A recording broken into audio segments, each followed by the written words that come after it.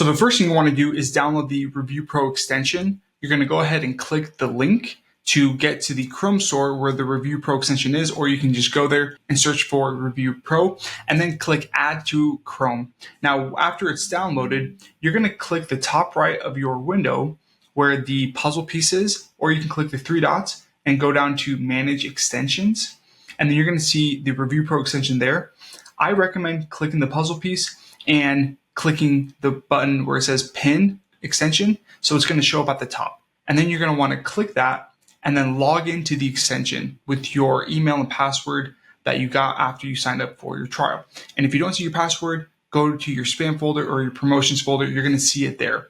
After you've logged in, you're going to see a few of the different menu items here. You can go to the ReviewPro tutorials, click Manage Storefront to connect your Amazon Influencer storefront page, and also scan your order history, and then even manage your subscription with the My Account button. There's going to be a few other on here as well. But to make sure that it is working, I want you to open up Amazon on a separate tab and open up any kind of product.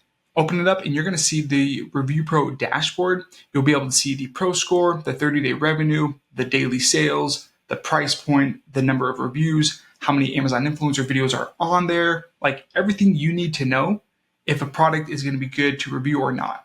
And also you're going to be able to see your video placement if it's at the top, the bottom, or neither, whatever the case may be. Also, you're going to be able to see the commission structure and be able to see how long this product has been selling. I'll go more into this data in other videos, but I just want to make sure that it is showing and that you are logged in and that it is working.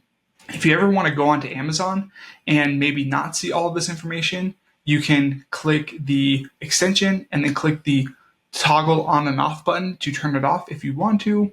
And also you can even edit and customize all of the information, the data information that you want to have displayed.